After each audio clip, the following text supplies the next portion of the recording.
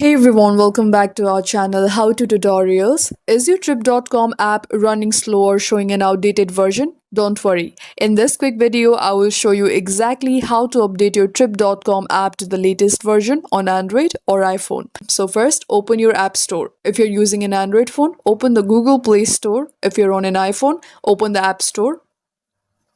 Make sure your phone is connected to the internet before continuing. Now tap the search icon at the bottom right corner. Use the search bar at the top and search trip.com.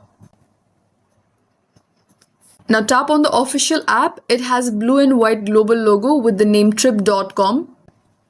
If an update is available, you will see an update button instead of open. Tap it and wait for the update to finish installing. Once done, the button will change to open. That means your app is now updated. If the update button doesn't appear, your app might already be up to date.